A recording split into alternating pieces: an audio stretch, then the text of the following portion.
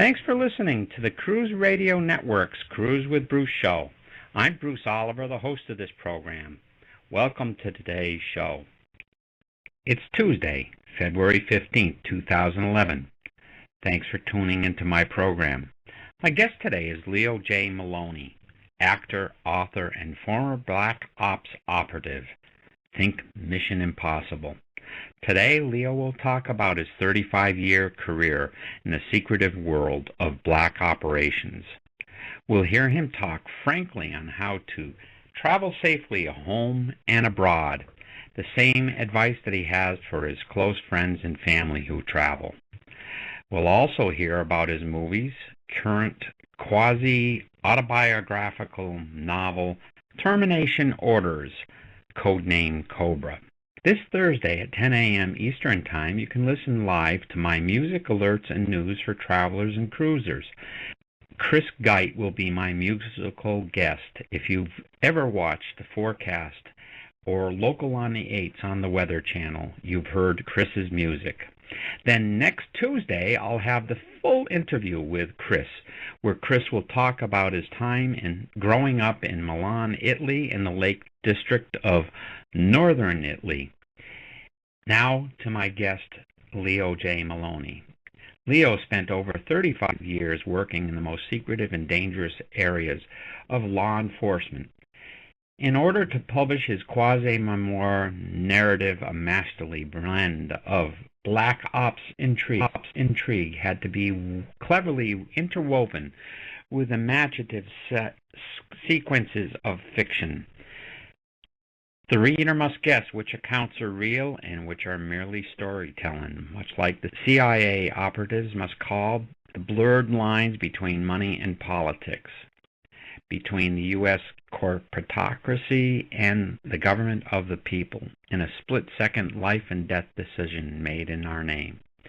Termination Orders, codename Cobra, is an action thriller that races the reader through narrow escapes, betrayals, and heroism, as the main character, Dan Morgan, is simultaneously hunted by a double-crossing CIA and Congress, vengeful foreign agents, a corporate drug ring, the Taliban, and narco-terrorists. The twisting, turning plot line features memorable characters drawn from actual incidents as they make their way through a tangled web of ethical questions, personal priorities, and a suspense that makes every chapter compulsive reading in gripping scenes of torture, assassin, and double agents. This morning we'll talk about traveling safety and the lessons that he's learned over the 35 years as a Black Ops agent. Now it's my pleasure to introduce Leo as my guest. Welcome to the program, Leo. Thank you, Bruce, for having me. How are you? I'm doing great today. You know, it's Tuesday, and we've had a lot of bad weather. You're in the Northeast right now. You're going back to Florida, right? Yes, I am. I'm going down on the 14th of February for approximately 6 weeks. I've got some book tours to do, some signings to do down there, and just also to get out of the bad weather. Yeah, I don't blame you. I have not felt this way in a long time. I've gotten to the point now where I'm saying, boy, maybe I ought to move out of the Northeast. I remember how bad it was a few years ago. But what goes around comes around. I mean, everything's a cycle, isn't it? Yeah, it sure is. This is actually the first time in 6 years that I've been here during the winter months. I'm usually gone to Florida a lot earlier, but this year I had to go much later due to the book coming out and previous commitments I had up here for the book. Right. So I'm still here. So tell us a little bit about your background, how things started over the last few years, and now what you're doing now, and how your background affected what you're doing right now. Okay. Well, let's go back to where it all began, which was in 1966. I was in basic training in the Army, and a few weeks into training, I was asked to come up and to the commanding officer's captain's office, which I did. And when I went up, I was met two individuals who asked me a series of questions. They didn't really identify themselves. I was just told to cooperate with them, which I did. And they asked me a series of questions, and when they were through, they told me I could go back to my platoon, which I did. Same thing happened about 2 weeks later, and another series of questions, and I was again told to go back. At this point in time, I started to get a little bit nervous because I kept being called to the captain's office, and I was afraid my platoon, the rest of the people in my platoon, would think I was some kind of rat, because I would come back and not be able to tell them anything because I didn't have anything to tell them. Mm-hmm. So finally, another week or two passed, and I was called up again, and this time they introduced themselves, and they again asked me a series of questions and told me that they represented a clandestine organization in the U.S. Government, and they would like to give me some psychological tests and some other testing, of which I agreed. I did everything. Again, they said, we're through with you, go back to your platoon. And then a short time later, I was called back one more time, of which I was told who they were, what they did, and said that I had passed their test, and I fit a certain profile that they were looking for, and basically said to me, would you like to do a job like James Bond? Me being a 19-year-old kid, I jumped at the chance. I said yes. They told me a little bit more about what was going on, and told me that they'd be arranging to get me out of the service, at which point I'd be going home, and then I'd be contacted about a month later, and I'd be going to do some training, of which that's what happened. I got a short time later, I was discharged from the service. I went home, and about 6 weeks after that, I was called, told where to go, and was met by the same two guys that had recruited me, and was taken to do some training. Spent about a year training. Very good. It's not as glamorous as James Bond, is it? No, not at all. No, it was more dangerous than James Bond. Didn't have all the women, didn't have all the fancy cars, but got the best in the world, and learned an awful lot. I hear you. Actually, you don't want anybody to know that you're doing that kind of work, and you had a bunch of things that you did as cover during that time too, didn't you? Yes, I did. As a matter of fact, I was called. What I did was I was taken off the grid. So all in English that means then I no longer existed, and went completely off the grid, and had several cover businesses and new identities over my 30-odd year career. Wow. So that's how you became a black ops contractor. Is that an independent arrangement, or is that something that's you're actually working for an agency? Well, upon completion of graduation from where I trained, I was offered several different positions, and the final one they offered was black ops, which meant I would come off the grid, and the type of things that I would be trained for and that I would do would be things that that basically any government agency could deny any knowledge of. And I chose that. That was my choosing. It was exciting. It was, again, I was a young kid, and it sounded like everything a young guy would want. The most important thing to me was that I was going to be able to serve my country in a way that I thought was best for my country and my family. And it also allowed me to pick and choose missions and assignments that I wanted. Well, that's interesting, because most people think that you're told to do stuff, and here's something a little bit different. That's somebody that's been doing that or did that. You actually had a choice. Yes, as a contractor, that there was a choice, and that's one of the reasons I decided to go that route. Mm-hmm. I wanted to do what I thought was best, and I didn't necessarily have to agree to things But when I accepted or denied or didn't want to take a mission, that was the end of it. There was no why I didn't want it. I didn't have to explain. It was just, no, I don't want that mission. Well, that's good to know. It's almost like an independent contractor in any business where you can either say yay or nay.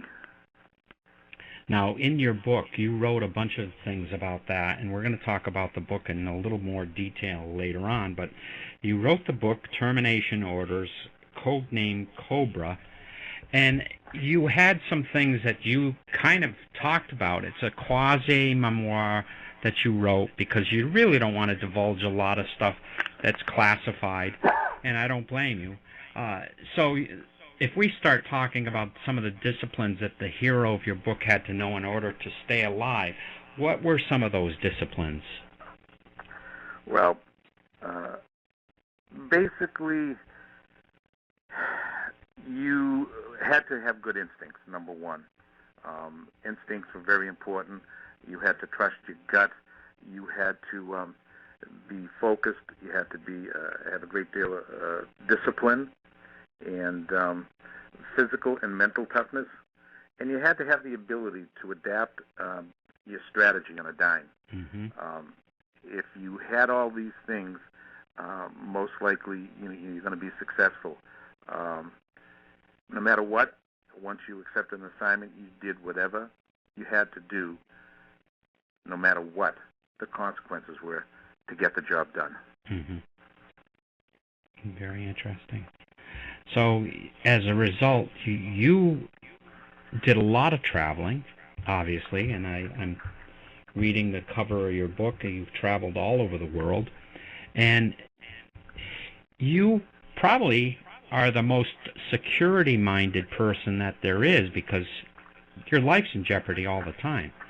Was there anything special that you consider a personal security item that somebody might want to carry today, something that would help protect their security and keep them safer than if they didn't bring it? I know that's a difficult question. It really is.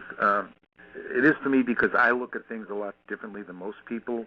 I mean, one of the most secure things you have to have is your passport, and have that with you at all times. And don't let that out of your sight, because if you lose that while you're gone, you're in trouble. Especially in this day and age, I think that's very important. And the other thing I would say was definitely take some kind of cell phone with you. You need a cell phone. Mm-hmm. So a cell phone with a global capability, or yes, where you can call anywhere you have to. Right. Now, and the other thing, just one more thing I'd like to say, when you're traveling abroad, make sure the first thing you do when you arrive is you have the telephone number of the U.S. Embassy and their address, and then find out where they are. And if something happens, that's the first place you need to get to. No questions asked. Go to the embassy. If you do that, you're going to be safe. Very good. Now, from your standpoint, and you brought up passport, and this has been an issue or something that a number of people have said over and over and over again. I always copy my passport. I never give the passport over to anyone. Do you carry the passport and copy? Or do you leave the copy somewhere, or the passport somewhere in a hotel, or do you always carry it with you? No, I personally, I make copies, and I usually will keep the main copy in the hotel, the main passport in a hotel safe, and I make sure they've got a safe or a safety deposit box that I can leave it in, and then I just carry a copy with me. Right, okay. So you do the same thing I do. So you bring the passport and any other credentials that you need, but always make copies to carry with you. Yes, I do. Very good. My driver's license, any ID that I carry. Mm-hmm, mm-hmm. And if somebody asks for them, you give them the copy. You don't ever give them the original. Well, the only time I even give up the copy if it's absolutely really necessary. They can look at it, but in most instances, they just need to look at it. They don't physically need even to keep the copy. Mm-hmm, mm-hmm. Now, do you let them take it in their hands, or do you show it to them? No, most times if they're going to ask you for it, you have to let them see it. And the people who would be asking for it would usually be customs or someone for some authority. I've never ran into that situation where anyone other than customs has asked me for it, so I can't really speak on that. Mm-hmm. And a lot of times when I did things, it wasn't. I didn't deal with customs at all. Right, right. Oh, absolutely. I mean, you're in a different realm. So if you travel today, this is basically what you would do is you would put the passport in a safe, and you would carry copies with you. Yes. Excellent. Now, I know because of your background and because you've traveled and you're always security aware, that your chances of getting into a dangerous situation overseas may not be as likely as, let's say, the average citizen. But let's say for people that do get caught in dangerous situations overseas, say, example, somebody that is working in Egypt right now and they're not able to get out, or hijacking of a cruise liner, or somebody that's a lot of students, and I get a lot of questions from students that want to backpack through Europe. Other than going to the embassy immediately, what other suggestions do you have, even though you might not ever get caught in those circumstances? Well, just, again, I don't put myself in situations like that. I don't go to countries where I know that things can turn on a dime. Mm-hmm. But I'd say for people that are there, I would, if usually there's some kind of sign that there's uneasiness. You know, I would check before I ever left the country, and I would call the U.S. Embassy, and they usually know what's going on or what perhaps may arise. So that's the first thing I would do. But if I was there, and the minute I saw anything that just looked wrong, I would get out of the country. And if I couldn't get out of the country, I'd stay where I felt was safe. Like if I was at a hotel, If I couldn't get to an embassy, I'd stay in the hotel and just, stay out of the mainstream of things. Just, you're an American, and no matter what happens, there's going to be somebody there that doesn't like you simply because you're an American. Right. So just stay out of harm's way. Right, right. It's sad there are people that are caught in Egypt. And as a matter of fact, part of the things that are on my website are links to the CIA database that talks about the world and world governments, plus a bunch of other stuff about terrorist alerts and State Department stuff. And I always tell people take a look at that, because I've got all those things in one location, and all they have to do is click, click, click, click, and click.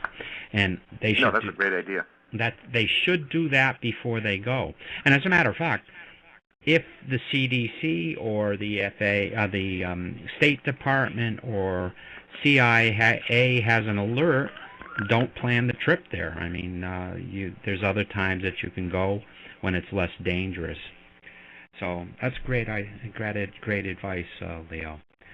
Now, when you travel through an airport, given your background, is there anything that you do to protect your security that maybe the normal person would not do because they're not aware of certain things? Sure. Well, some of the things I do is I watch the TSA employees, and I watch the various things they do, how they perform their duties, how diligently they perform them. I look for just certain things that they do, and sometimes I get an uneasy feeling when I don't see somebody doing what I think they should. Sometimes they're lazy. They just don't follow through on things. So I watch that very closely. Then I, because of my background, and this may not be the most political correct thing to say, but myself, this is me personally, I profile. I look for certain things in people. I look for detection patterns, behavior detection patterns, and I profile and watch individuals and groups that are traveling together. Mm-hmm. And I look for things, for instance, like to see if they appear to be nervous, or if they appear to be uneasy, or they're sweating when there doesn't seem to be a reason to be sweating. I look at clothing. I look and see if their clothing is loose-fitting. I look at what they're wearing on their feet. I look at how, if they make eye contact with other people or they don't make eye contact with other people. I look at jewelry. For instance, if they're wearing things that are not metal, I look at that and I get very nervous. And sometimes I actually try to get relatively close to them to see if what they're wearing has an odor. If it's an odor and it's usually made by themselves, that's something. When it has an odor, that usually detects there's something wrong with it. There's something different about it, which could be a lot of different things. I look at people in wheelchairs. I look at the electric wheelchairs versus a regular wheelchair and I look very closely at the handles to see if they've been tampered with and cut, because you can put things inside them. Mm-hmm. Same thing with an electric wheelchair. You could tamper with that to have it do anything. Interesting. I'm sorry. No, that's interesting. Yeah, I also I look at children very closely. I look to see if children are carrying stuffed animals, or if adults are carrying stuffed animals. Things can be put in them, and I'm very, very aware of that. I watch their facial expressions, and I watch their body languages, how they move, what they do. I'm very aware of if they're carrying things, how they carry it, how they hold it, and if they ever put it down unattended. And there's been many times when I've seen people put things down unattended, I immediately go get somebody from either the airlines or a TSA, somebody close, and I show them where it is and tell them. I mean, I'm very careful of that. I also look for people that are arriving at the very last minute to board a plane. When that happens, there's sometimes a lot of confusion, and people let down their guard on what they're supposed to be looking for, or what they're supposed to be doing, just to get them through. So I watch that very closely. I watch things like aboard the plane. If I see somebody make multi-trips to the bathroom, I look for that, and I watch for that. And usually what I'll do is I'll get up and go in the bathroom and look around when they come out. And if I think there's something odd about that, there's been times when I've notified the stewardesses. So, there's a lot of different things I look at. That's a great list of things, and some of them I have not thought about myself. So I'm sure that my listeners are going to be interested in that. The other thing, just getting back to what I look for, another thing I watch for is when people use the lavatory on the plane, I watch to see if they're bringing anything in with them, and I make sure that if they did, they come out with it. And the other thing, I get real nervous when I see somebody walking in and bringing a child in there and stay in with them, then they come out. Because something can be hidden very easily with a child, because most people won't look at a child and think, "No, they wouldn't do it. They have a child there." But that's so wrong, the wrong way of thinking, that it's incredible. Because terrorists, people that want to do a lot of damage, will use a child to their advantage. Right. What about baggage claim? How do you handle baggage claim? To be honest with you, I very rarely take anything on the plane but a handbag. I put what I'm going to need. A lot of time, depending on where I'm going, I'll ship things ahead of time, clothes and things like that, so that I don't have to deal with baggage claim. That I just and I don't like the idea of my luggage being luggage can be tampered with so easily. Exactly. So most of the time I carry on a handbag. Well, with all these fees, I think more and more people are beginning to do that. Yeah, I would say so, yeah. Send their luggage before they go. Interesting. Now, what about walking through cities? You're up in the Boston area, and you go down to New York and probably do a bunch of other things in the United States. What precautions do you take that the average person might not do there? Well, again, I do things a little differently. For one thing, I'm wherever I go, I'm armed. I carry my weapon. Doesn't matter where it is. The other thing is, when I go to restaurants, and this is all part of my training. If I go to a restaurant and I can't sit in the corner of the restaurant where I can't see all the entrances and exits, I don't stay there. I won't sit anyplace else. If I go to a movie, I sit at the very last row in the corner so that I can see everything that's going on, anybody that comes in and goes out. And I'm very aware when I'm walking around. I'm very aware how close people are to me. I don't let people get usually more than a line. If someone approaches me, I don't let them get more than an arm's length close to me. It's just things that I look for, and I've done it so long that it's a total. I never even think about it. It's like automatic. Right. But this is something that I think people have to do in this day and age, and it's sad, but it's true, that they have to do things like this in order for them to stay safe and to be aware. Let's say you're in a restaurant and somebody comes in and starts shooting. You can't get to an exit. What is the best thing that you think that you would do personally? It would depend how it happened. If someone just comes in and starts blasting away, what you want to do is try to get down as low as possible and keep yourself safe.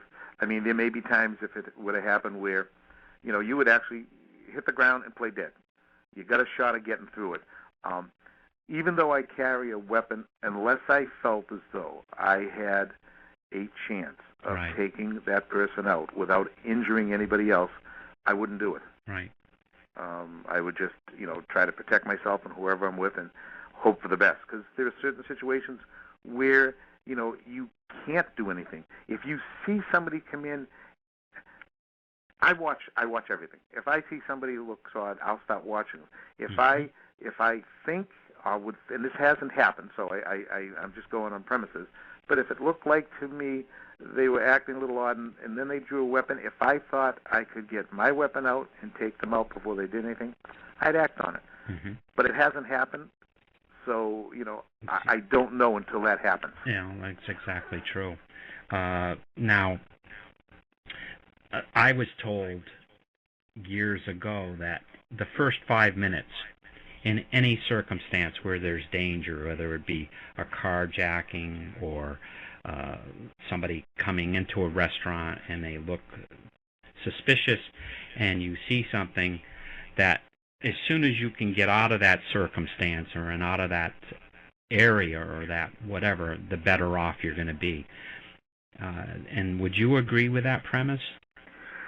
Yeah, that's true. If you can get out, but see, Bruce, most people don't think that. Most people are oblivious to what's going on. And by the time you realize it, if they've taken a weapon out, you don't even want to, if you attempt to make a move to get out, you're gone. They'll kill you on the spot. Yep. So, and that's what I find. Most people don't look for things.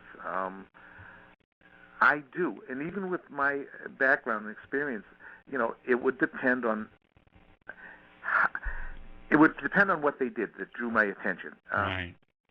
And again, if you move too suddenly and someone's coming in for a bad purpose, it could get you killed. So you've really got to be careful. Understandable. My advice to people is, you see something odd, you see something going on, take a deep breath and then think. Don't panic, because panic will just, for one thing, it will draw attention to you, and you don't want attention drawn to you. You want to just fly under the radar. Where do you stay when you go to a hotel? Are there any rooms or floors that you consider safer than others?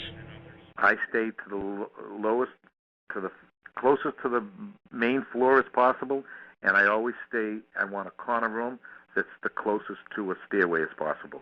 I don't ever stay, 15, 18, 10 flights, 10 floors up. I won't stay at a hotel. If I can't get it, I ask them specifically, how many floors do you have? What's the first floor that rooms are located on? And that's where I want to stay. And if I can't get it, I won't stay there. Now, let's say a fire started, and in New York, that happens on a regular basis. Would you stay in the room if you can't get out, or try to get out? If I heard an alarm, and it has happened, I've heard an alarm. The first thing I do is look out the door. If I don't see smoke anywhere, I head out. I just go down the exit and get out. Leave everything. There isn't a belonging that I have that means more than my life. I just leave and go downstairs. And that doesn't matter if I'm fully dressed or not. I would just leave. If I see any type of smoke, the first thing I would do is get down low, get on the ground, and then get to that exit. See, I know where the exits are right away, so I don't have to think about it. If I were to see smoke coming from the area of the exit I went, then what I would do is try to head the opposite way and find another exit. Right. So the whole thing is being prepared. They have those things on the doors, and I mean, I wonder how many people look at the schematic of the floor. For the exits, yeah. And probably a lot of people don't. And the same going into an aircraft. I mean, you want to find out where is the quickest way to get out of the aircraft if something happens there. And I'm amazed at the number of people that don't pay attention. I mean, yes, if you travel hundreds of times, maybe it can get repetitious, but your seat changes every time. And you want to look, I would imagine, at the people and passengers that are in front of you or in back of you, and find out where the exit is the minute you get in the aircraft, right? Yeah, I do, but I honestly, whenever I fly on just a regular airline, I always ask, and I sit at the bulkhead. Okay. And I always ask, and I always get that. If I can't get that, I'll wait and fly another day and get it. I'm a little again over the top of these things, but it's things I look for. And when I do go to a hotel, I don't just look at the schematic.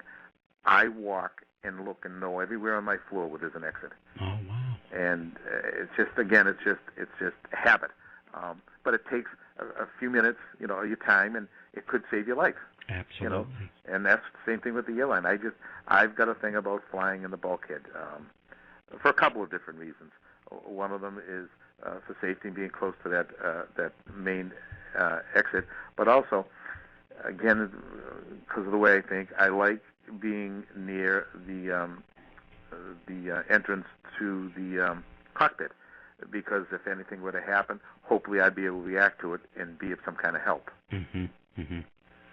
Okay.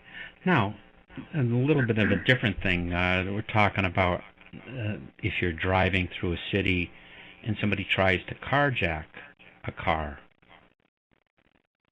What do you suggest? And I imagine it depends upon whether you're driving or you're getting in the car or stuff like that, right? Well, whether you're driving in your stoplight or whether you're about to get in the car, give them what they want. Help them in the door and say, have a good time. Right. Don't try to fight it. Again, just give them what they want. Your car's not worth your life. Most of the time, if someone's going to hijack a car, they want the car. They want to get in and get out fast. Right. Now, the only time I would say that would be different would be is if I had a young child in the back of the car, right, that I knew couldn't get out. Then, me personally, it'd be a whole different story. They'd have to kill me to get that car. I wouldn't give a car up with a child in the car. Right, and that makes sense. But be aware. Also, be aware. When you're driving, especially women, when you're driving alone and it's at night, be aware of where you're going. Right. If you don't want to be going down streets that it's dark, not well lit, where there could possibly be trouble. And if you don't know the area, don't go there. Ask ahead of time. Right. Know where you're going. It's all a matter of awareness. You have to be aware. Make sure the first thing you do is you lock your doors. When you stop, when you get in your car, if they don't automatically lock, you lock them. Make it difficult for these people to want to hijack cars. If they, for instance, if you were in your car and you were at a red light and you were going to get hijacked, say someone would come up and just smash a window. Put your foot down as hard as you can on the gas pedal, and just peel it. What do you care? They're in the car. They're half in the car. That's their problem. Right. Don't worry about it. Again, most people won't think that way, and most people won't react that way. But that's what I'm saying you should do. You don't. Someone that's trying to harm you, you don't worry about what's going to happen to them. Right. You worry about yourself. Right. And the faster you act, the better off you're going to be, right? Exactly. There you go. Now, I know that a lot of people go to Mexico, and some people go to Colombia, I don't know.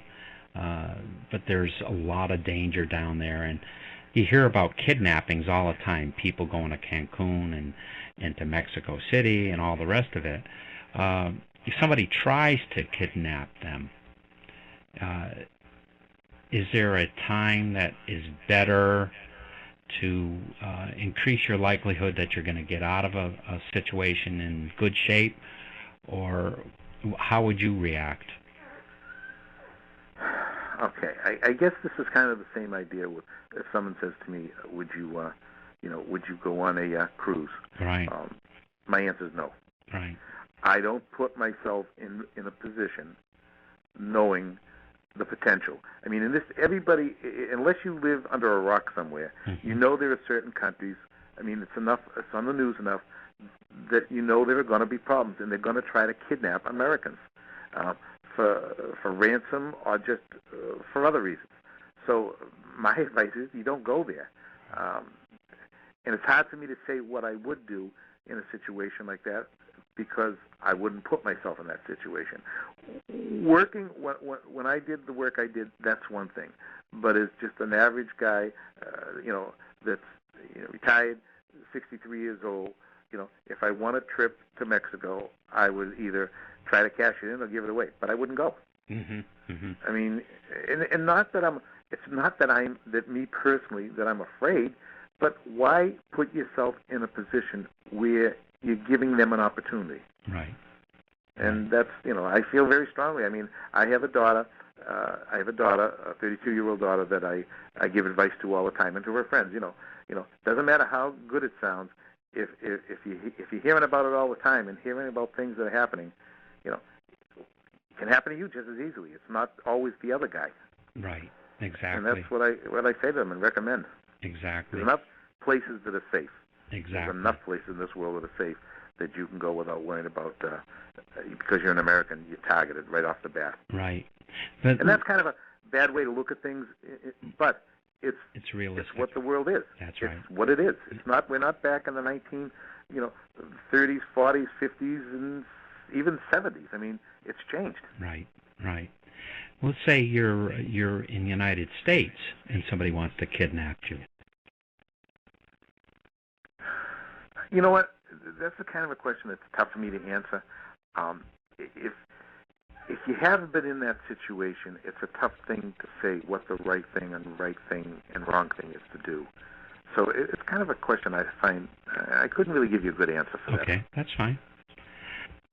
And I imagine if somebody tries to rob you, the best thing to do is throw money and run, right? Take whatever they want. Take whatever you want. Yep. And you just got to hope that they're not a crazy and they're going to kill you anyway. I mean, again, whatever you have, it's not worth dying for. It can be replaced. Exactly. So my suggestion is, when you get someone does, give it to them. Help them carry it if they want. Just don't fight them. Right. Don't fight them. Exactly.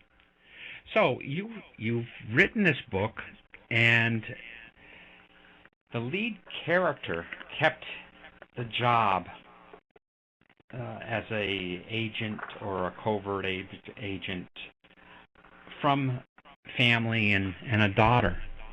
How did that happen? I mean, that had to be difficult for that lead character to do that. Well, it's kind of basic. I mean, from day one, I was told that I could not divulge what I did to anybody, and I didn't. My family, my mother, my father, eventually, I got married, my wife, and my daughter. Nobody knew, and that was for my protection as well as theirs. The only way to get to me would be to get to my family. Right. You want to hold and, on? And, that's how it went. And I had various businesses that I ran, which were cover businesses, which were completely legit. They were businesses, but they just thought I did something else. Right. So you're in the United States and you're running these cover businesses, right? Yes. I understand you're still operating some of those businesses today. Which kind of businesses did you have? Well, I am involved in custom and antique car brokerage, Oh, that's neat. where I broker cars for people. A number of years ago, I got a private investigative license, which I'm still licensed. I keep that business. I'm basically retired, but I once I have something, I never give it up. I just keep it. Right, right. You're a retiree that's written a book, acts and produces in films. You're really retired, Leo. Well, you know what? I'm not. I am, but I'm not. I seem to think I'm busier now than I was when I worked. Uh-huh. I've had a lot of good opportunities over the last 3 to 5 years, and it gave me a chance to do some things that I'd never done, and I jumped at the opportunity. No, I don't and blame it just you. got me into several different places. It's funny how life brings you in certain directions, isn't it? Yeah, it certainly is. Well, in your book, you describe a terrifying scene. Did this actually happen in real life? Okay, probably okay. The one I would say would be the one. And if you haven't read the book, you won't understand. But there was a scene where my family was sent to what I had as a safe house. Now, a safe house means just what it is. It's a safe house. Nobody knows about it.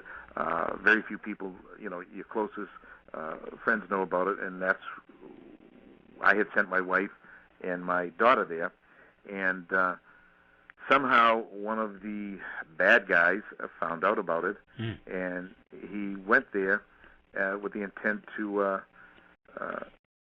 kill my wife and my daughter and use them to get information from me. And that was that would be terrifying to an ordinary person because, I mean, if it's a safe house, it's supposed to be safe, and it turned out it wasn't very safe. Right. And it was it was a pretty scary scene to most people. At least that's what people are telling me that have read the book. Right, right. Well, talk about the word evil and what it means to the characters in your book. Okay, well, to me, personally, this is me personally, I have really never met in person someone that I considered evil. Okay? Evil is a mindset. For instance, I considered Saddam Hussein evil. I considered Hitler evil. There are people evil, but I haven't personally met them. Right. Gaddafi, Muammar Gaddafi, he's evil, but I haven't met them. The characters in my book, there were several who were evil. Their intent, they had nothing but bad intent. Again, all they wanted to do was kill for the sake of killing or maim for the sake of maiming. Right. So, but again, personally, I can't say that I have ever met somebody that was evil. Okay. Well, most of us probably haven't, and we don't want to. No, exactly. Now, it says the main hero retired from the CIA, and even though the job was dangerous, there's a part of him.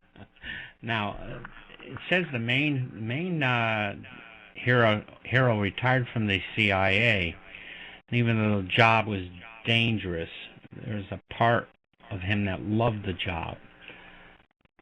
What's the plus side of working as an undercover operative? Okay, this is my personal opinion. Right.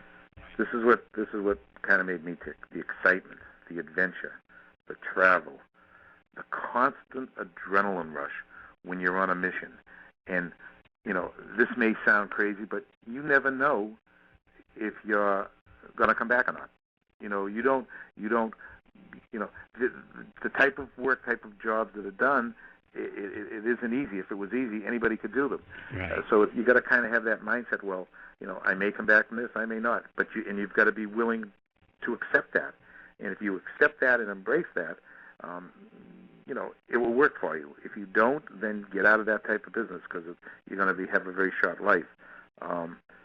But the most important thing about doing that type of work is knowing you are doing something that you feel is definitely in the best interest of your country and your family. And if you're doing it for other reasons other than that, I don't know. To me, it's you're doing it for the wrong reasons. I agree. I agree. Now, in Termination Order, your book, do the politicians work for the CIA? No, but the hierarchy of the CIA are involved with politicians in underhanded schemes for basically the same old things, power and money. Right. Now, if this were turned into a movie, which it should, who do you see playing the lead character, Dan Morgan? Well, if I had my say, there's a few people. I think George Clooney would be great at it. I think John Travolta would be great at that particular role. Pierce Brosnan, Daniel Craig, and Matt Damon. If I had a choice to pick, those would be the people I would pick. Right. I think they would do the